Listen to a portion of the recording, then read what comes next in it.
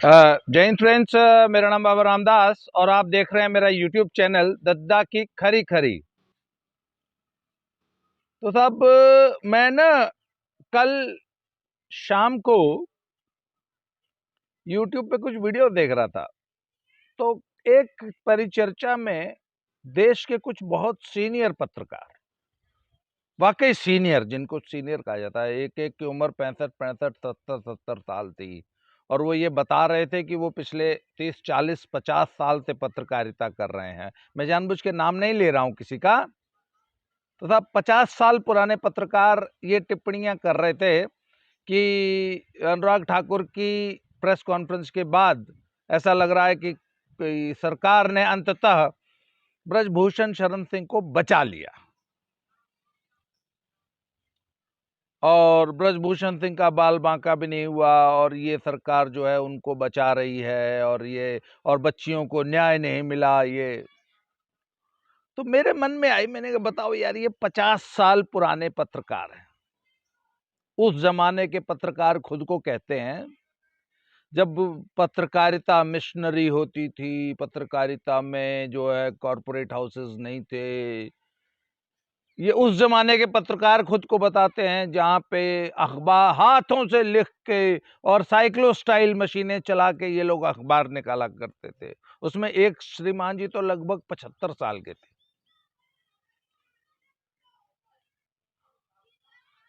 उस जमाने के पत्रकार, जबकि पत्रकारिता इनके लिए एक पेशा नहीं था, एक भक्ति भाव था, एक मिशन था, जीवन का उद्देश्य था। वो पत्रकार ये टिप्पणी कर रहा है कि बच्चियों को न्याय नहीं मिला और सरकार ने एक अपने सांसद को बचा लिया। तो मैंने कहा यार, ये इतना पुराना 50-60 साल पुराना पत्रकार जो है, इसने बिल्कुल भी फैक्ट्स पे बात नहीं की। इसने फैक्ट्स जानने की कोशिश नहीं की, या ये जानता सब कुछ है जानबूझ के एक पॉलिटिकल एजेंडे के तहत। क्योंकि वो पत्रकार मोदी विरोधी पत्रकार है, भाजपा विरोधी पत्रकार है, कांग्रेसी मानसिकता का पत्रकार है, कांग्रेस का बिका हुआ पत्रकार है या वामपंथी है। इसलिए वो सारे तथ्यों को नजरअंदाज करके पब्लिक में एक परसेप्शन बना रहा है कि नहीं नहीं, सरकार ने बच्चियों के साथ न्याय नहीं किया। फिर ये खुद को मिशनरी पत्रकार बोलता है, सच्चा पत्रकार बोलता है। सब दूसरी तरफ मैं पत्रकार नहीं हूं भाई गुड। आज कोई भाई मुझे अगर एक बार एक व्यक्ति ने मुझे पत्रकार बोल दिया ऐसे कि भाई साहब आप पत्रकार हैं, मैंने कहा भाई साहब और कोई गाली दे लो यार गंदी सी, यार मुझे प्लीज पत्रकार मत बोलो भाई, मैं पत्रकार नहीं हूं। मैं तो एक सिंपल भारत का नागरिक हूं, जिसको कि इस नई टेक्नोलॉजी ने एक एम्पावर कर दिया है कि मेरे पास एक सिंपल सा फोन है। और अरे कालीचरण, मेरा सेवक कालीचरण आ गया। आज ना हमारा सरसों का तेल खत्म हो गया था, तो ये गांव से तेल में अभी नहीं छौंकना। अभी वो जो तुम जो चूल्हे पे आज सब्जी बनाओगे ना, आज उसकी वीडियो बनाएंगे, ठीक है? अभी छौंकना नहीं, मैं ये वीडियो बना के आ रहा हूँ। तो साहब सॉरी फॉर द डिसरप्शन, रुकावट के लिए खेद है। तो तब मैंने कहा कि ये हमारे हाथ में एक छोटा सा फोन आ गया है और हम फैक्ट्स दुनिया के सामने प्रस्तुत कर रहे हैं, और हमारे पास यूट्यूब जैसा एक माध्यम है जिसने हमको एक मंच दे दिया है। इसलिए आई एम नॉट अ पत्रकार, और मेरा कोई वेस्टेड इंटरेस्ट नहीं है। ये सब बिके हुए पत्रकार हैं, मुझे दुनिया की कोई ताकत खरीद नहीं सकती। इसलिए मैं सिर्फ सच बोलता हूं, इसलिए मैं सिर्फ और सिर्फ फैक्ट्स पे बात करता हूं। तो ये कह रहे हैं साहब कि सरकार ने ब्रजभूषण सिंह को बचा लिया, लड़कियों को न्याय नहीं मिला। 75 साल का बूढ़ा पत्रकार, बिका हुआ दल्ला पत्रकार, अपने राजनीतिक स्वार्थ के लिए अपने पेशे से गद्दारी कर रहा है, क्योंकि सच नहीं बोल रहा, फैक्ट्स की बात नहीं कर रहा। अब आइए हम लोग जरा इस केस के कुछ एक फैक्ट्स पे बात कर लेते हैं।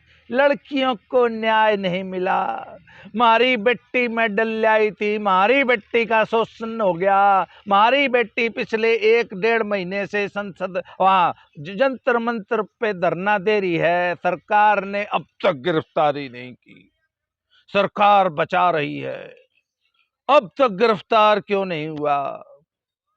तो मैं बताता हूं साहब गिरफ्तार क्यों नहीं हुआ। वो बुढ़ा पत्रकार आपको कभी नहीं बताएगा कि वो गिरफ्तार क्यों नहीं हुआ। तो साहब मुख्य कंप्लेनेंट जो इस पूरे नौटंकी नाटक, इस आंदोलन, इस सर्कस की जो मुख्य पात्र है वो है विनेश फोगाट। विनेश फोगाट ने ही सबसे पहले जॉन शोषण हो गया यह आरोप लगाया था जंतर मंतर पे 19 जनवरी को। तो उसके बाद 2 कमेटियां बैठा दी गई कि आपके इन आरोपों की जांच होगी। उसमें एक आईओए की कमेटी थी और एक ओवरसाइट कमेटी थी। उन दोनों कमेटीज के सामने विनेश फोगाट ने एक एफिडेविट दिया, बयान दिया, मौखिक दिया। पहले मौखिक सवाल जवाब हुए, it was all on camera, video recording हो रही थी। उसके बाद विनेश फोगाट ने बाकायदे एक एफिडेविट दिया है। उस एफिडेविट में उसने लिखा है कि 15 अक्टूबर 2017 को मैं रेसलिंग फेडरेशन ऑफ इंडिया के ऑफिस 21 अशोक रोड पर एक डिसिप्लिनरी कमेटी के सामने पेश हुई। वहां मैं अपने पार्टनर के साथ गई तो असिस्टेंट सेक्रेटरी विनोद तोमर ने मेरे पार्टनर को बोल दिया कि आप अंदर नहीं जाएंगे, आप यहीं बैठिए। तो मेरा पार्टनर बाहर जाके कार में बैठ गया। फिर मैं जब डिसिप्लिनरी कमेटी के सामने पेश हुई तो वहां पे मैंने देखा कोई कमेटी नहीं थी, अकेले अध्यक्ष जी बैठे थे। और कमेटी का मुद्दा यह था कि विनेश ने कोई इंटरनेशनल कंपटीशन मिस कर दिया था, तो इनडिसिप्लिन के लिए उसको शो कॉज नोटिस हुआ था। तो कहती जब मैं वहां गई तो अध्यक्ष जी अकेले थे रूम में और फिर मेरे साथ यूं यूं यूं यूं यूं यूं टी शर्ट उठा के ऐसे ऐसे हुआ। डेट थी 15 अक्टूबर 2017 और विनेश ने यह बयान दिया ऑन कैमरा, पूरी कमेटी के सामने दिया और उसके बाद एफिडेविट लिख के दिया। एफिडेविट माने शपथ पत्र होता है। मैं ईश्वर को हाजिर नाजिर जान के ये बयान कर रही हूं, अपने पूरे होशोवास में कर रही हूं, ईश्वर सत्य बोलने में मेरी मदद करे। ये लैंग्वेज होती है एफिडेविट की। शपथ पत्र, शपथ पूर्वक ये बयान करती हूं कि मैं सच बोल रही हूं कि 15 अक्टूबर 2017 को अध्यक्ष जी ने मेरे साथ यूं यूं किया और फेडरेशन के बाकी ऑफिशियल्स भी वहां थे। तो कमेटी ने इनको कन्फ्रंट किया कि पर 15 अक्टूबर को तो संडे था और संडे को तो फेडरेशन का ऑफिस बंद होता है। और कमेटी ने जब पता लगाया तो वाकई संडे को उस दिन 15 अक्टूबर को फेडरेशन का ऑफिस बंद था। अब विनेश फोगाट की सिट्टी पिट्टी गुम। ये बात है साहब oversight committee and ad hoc committee of IOA जो उन्होंने जांच की थी। फिर अप्रैल में इन्होंने एक एफआईआर की। उस एफआईआर में इसी इंसिडेंट को 16 और 17 अक्टूबर का बताया गया है कि 16 अक्टूबर को मुझे डिसिप्लिनरी कमेटी के सामने बुलाया गया और वही मैंने तोमर ने मेरे पार्टनर को अंदर नहीं जाने दिया, वो बाहर बैठा रहा कार में, बहुत तेज हवा चल रही है और इस तरह नेताजी ने मुझे ऐसे ऐसे किया। 16 और 17 अक्टूबर को 2 बार किया। ये इन्होंने एफआईआर में लिखाया। फिर जब पुलिस ने फिर जांच की 16 और 17 अक्टूबर की तो पता लगा जी 16 अक्टूबर को नेताजी लखनऊ में थे और लखनऊ के साई सेंटर में रेसलिंग के ट्रायल्स करा रहे थे सारा दिन। 16 अक्टूबर की शाम को गोंडा अपने निवास, पैतृक निवास जो है गांव में बिश्नोहरपुर चले गए, रात वहां रहे। 17 अक्टूबर को अपने सभी सामाजिक राजनीतिक कार्यक्रमों में भाग लिया और एक जिम का उद्घाटन किया। पुलिस ने इस जांच में ब्रजभूषण शरण सिंह की इस एलआईबी को सही पाया। उसकी वीडियो कवरेज मिली, फोटोग्राफ्स मिली, लोगों के बयान मिले और अखबारों की कटिंग्स मिली कि 16 और 17 अक्टूबर को जो उन्होंने राजनीतिक सामाजिक कार्यक्रम किए थे उनकी अखबारों की कवरेज मिली। इसके अलावा ब्रजभूषण शरण सिंह की सिक्योरिटी में जो 20-22 पुलिस वाले तैनात हैं उनका जो रवानगी रजिस्टर है उसमें उनका उसको एक it is the type of log book जिसमें सारे पुलिस कर्मियों का कब वो अपने बैरक से निकले, कब ऑफिस से निकले, कब कहाँ गए, वापस कब आए, कब किस आवर में कहाँ पे थे, किस गांव में थे, पूरे दिन का मूवमेंट लॉग बुक होती है। उस लॉग बुक में भी वो नेताजी के साथ 16 और 17 अक्टूबर को गोंडा और लखनऊ में पाए गए। तब ये है कंप्लेंट। एफिडेविट में 15 अक्टूबर था, एफआईआर में 16 अक्टूबर हो गया, 17 अक्टूबर हो गया। 75 साल का बूढ़ा पत्रकार सरकार पे सवाल कर रहा है कि तुरंत ब्रजभूषण शरण सिंह को गिरफ्तार क्यों नहीं किया गया। ऐसी झूठी फर्जी कंप्लेंट्स पे गिरफ्तार किया जाएगा? आप बताइए। एक और इंस्टेंस सुनिए। इन्होंने ओवरसाइट कमेटी को एक बयान दिया कि